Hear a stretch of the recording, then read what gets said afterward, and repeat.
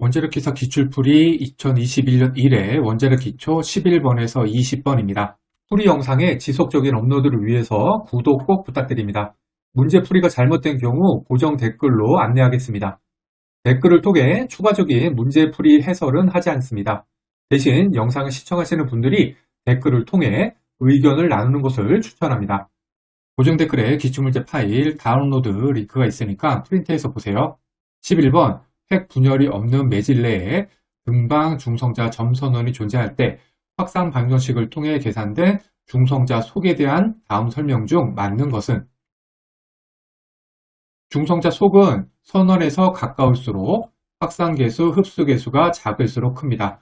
4번 보시면은 중성자 흡수 단면적이 작을수록 동일 거리에서의 중성자 속이 크다 라고 되어 있죠. 따라서 답은 4번 되겠습니다. 참고로 보기 1번 보시면은 중성자 속은 중성자 선원으로부터 거리의 제곱에 반비례한다 되어 있는데요.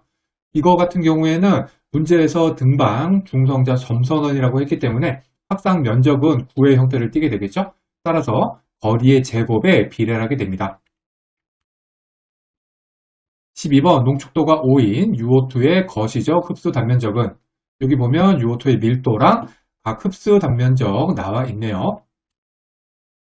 먼저 우라늄의 밀도를 구해야 됩니다. 농축도가 5인 우라늄의 몰질량은 100 나누기 몰질량에다가 5% 농축이죠. 그래서 5 나누기 235 우라늄 235. 우라늄 238은 농축도가 5니까 95가 되겠죠. 그래서 95 나누기 238 되고요. 그러면은 몰질량은 237.85가 나옵니다. UO2의 몰질량은 이거랑 동일하게 계산해주면 되는데요. 100 나누기 몰질량 5 나누기 235에다가 O2니까 32가 되겠네요. 이거 더해준 거에다가 95 나누기 238 더하기 32가 되고요. 몰질량은 269.84가 나옵니다. 따라서 이거 두 개를 이용해줘서 우라늄의 밀도를 구할 수가 있는데 여기 UO2의 밀도가 10.5잖아요. 10.5에다가 269.84 UO2의 몰질량에다가 나누기 우라늄의 몰질량 237.85를 해주면은 9.25 g/세제곱 센티미터, 이게 우라늄의 밀도가 됩니다. 다음으로는 각 원소별 수밀도를 구해야 되는데요. 수밀도를 구하기 위해서는 농축도에다가 밀도, 거기다가 6.0 곱하기 10의 23승 나누기 질량 해주면 되거든요. 그래서 우라늄 235, 우라늄 238, O2의 각각의 수밀도를 계산을 해주면은 이렇게 나옵니다.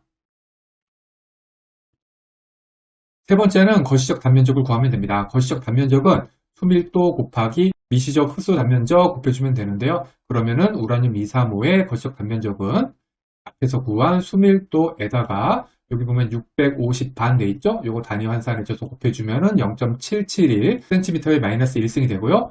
U238, O2도 마찬가지로 구해주면 됩니다. 이제 드디어 UO2의 거시적 단면적을 구해줄 수 있습니다. UO2의 거시적 단면적은 우라늄 235랑 우라늄 238, O2의 거시적 단면적을 각각 더해주면 됩니다. 앞에서 구한 거 다 더해주면은 0.838 cm 마이너스 1승이 나와서 답은 2번 되겠습니다. 13번 천연 우라늄으로 된 10cm 두께의 표적물을 통과한 후 중성자 속이 표적물에 입사할 때 30%가 되었다. 천연 우라늄에 대한 중성자의 평균 자유행정 거리는 여기 우라늄, 천연 우라늄 밀도 나와 있네요. 중성자하고 감소의 계수의 관계를 보면은 i는 i0 곱하기 exponential 마이너스 뮤 t가 되고요. 이때 뮤는 1 나누기 평균 자유행정을 해주면 됩니다. 그리고 t는 표준물의 두께 여기서는 10cm로 돼 있죠. 따라서 i는 i0 곱하기 exponential 마이너스 10cm 나누기 평균 자유행정 해주면 됩니다. 그런데 표적물을 통과한 후 중성자 속이 30% 되었다고 돼 있잖아요. 따라서 i 나누기 i0는 0.3이 되겠죠. 그래서 0.3은 exponential 마이너스 10 나누기 MFP 평균 자유행정은 8.305cm가 나옵니다. 그래서 답은 4번 되겠습니다. 14번 모든 제어봉이 완전히 삽입된 상태에서 계측기의 개수값은 110ps를 가리키고 있다. 유효 증배 개수는 0.94로 계산이 되었다. 먼저 완전히 삽입 상태의 설명이 나와 있고요. 그 다음에는 정지 제어봉을 완전히 인출한 후 개수값은 이때 정지 제어봉의 제어봉가는 0.032이다. 이렇게 되어 있습니다. 먼저 정지 상태의 유효 증배 개수를 구해야 됩니다. 반응도로는 1 나누기 K 이펙티브 나누기 K 이펙티브, 요게 델타 K분의 K죠. 그리고 정지 제어봉의 제어봉가, 즉 반응도가 0.032이기 때문에 로 0.032는 1 나누기 K 이펙티브 나누기 K 이펙티브, 따라서 정지 상태의 K 이펙티브는 0.968992가 나옵니다. 다음으로는 유효 중배기에서의 B로 계측값을 구하면 됩니다. 먼저 완전히 삽입 상태는 100이었고 완전히 인출 상태의 제어값 구하고자 하는 거죠. 그거 X로 넣으면은 100 나누기 X가 되고요. 그 다음에 완전히 삽입 상태 유효 중배기에서 0.94니까 1 나누기 0.94, 그 다음에 1 빼기 앞에서 구한 값 여기 써주면은 X는 193.50ps가 나와서 답은 2번 되겠습니다.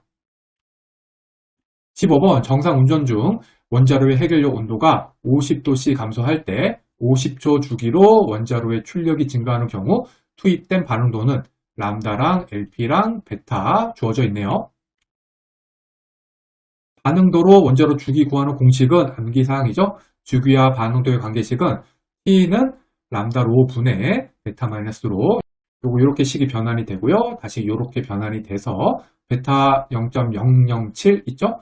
그 다음에 주기 T는 50초, 람다는 0.08, 요거 계산해 주면은 0.6이 0이 하나 빠졌습니다. 0.0014가 돼서 답은 4번 되겠습니다. 16번 질소가 중성자와 반응하여 방사성 탄소를 생성하는 핵 반응에서 Q 값은, 문제 핵 반응은 14N 더하기 N이 14C 더하기 1H가 되는 반응입니다. Q는 반응 전 빼기 반응 후이기 때문에 반응 전 14N 여기 나와 있죠? 이런 식으로 각각 해당되는 것들 6값 적어주면 됩니다.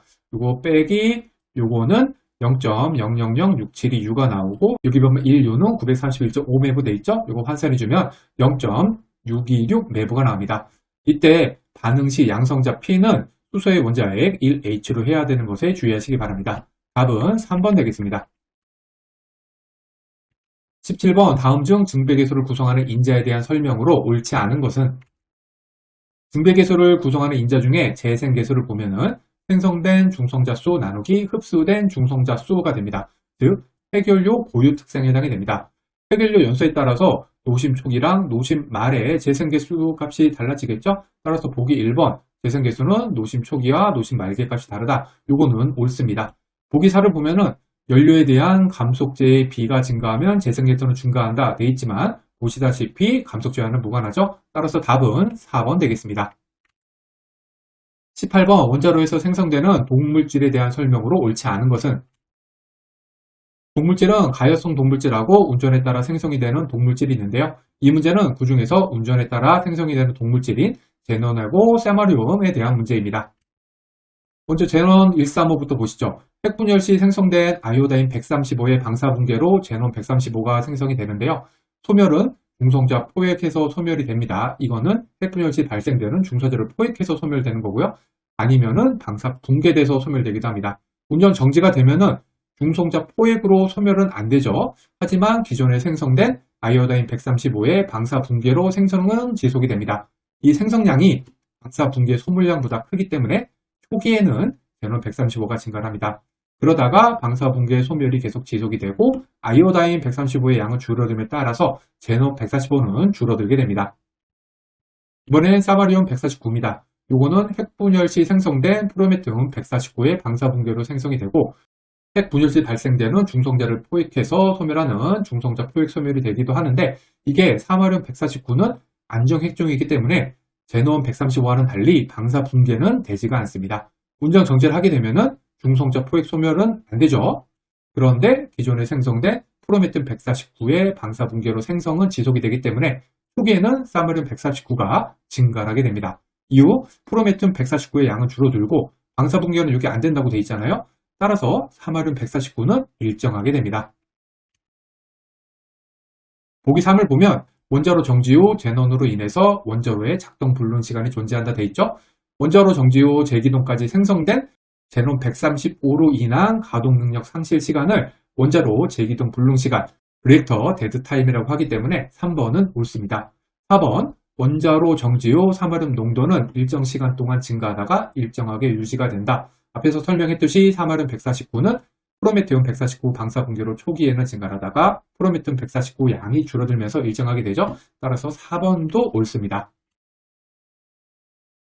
보기 2, 제논 평형 농도는 출력에 정비례한다 라고 되어 있잖아요. 제논의 모액종 아이오다인은 출력에 비례하기 때문에 제논의 첨두가스는 출력에 비례하는 게 맞습니다. 하지만 평형 농도는 중성자 포획하고 방사 붕괴로 소멸과도 관련이 되어 있기 때문에 출력에 정비례하지는 않거든요. 따라서 답은 2번이 되겠습니다. 요거면은 상당히 어려운 문제였습니다. 19번, 다음 중 원자로의 동특성에 대한 설명으로 옳지 않은 것은? 원자로 주기하고 출력에 관한 식은 암기사항이라고 계속 말씀드리고 있죠. P는 P0 곱하기 익스포넨셜 T 나누기 라지 T, 이때 라지 T는 주기가 됩니다. 보기 4를 보면은 원자로 주기는 원자로 출력이 2배 증가 또는 감소하는 데 걸리는 시간이다. 이렇게 돼 있잖아요. 그런데 여기 보시다시피 원자로 주기는 2배 증가하는 데 걸리는 시간이 되기 때문에 4번이 틀렸습니다. 20번, 핵분열이 일어나지 않는 매질에서 무한 평판 형태의 중성자 손원이 다음 그림과 같이 놓여 있을 때 거리 A만큼 떨어진 점 P에서의 중성자 속은? 요거는 몇 번 제가 좀 찾아봤는데 결과론적으로 말씀드리면 그냥 단순 암기하는 것이 편합니다.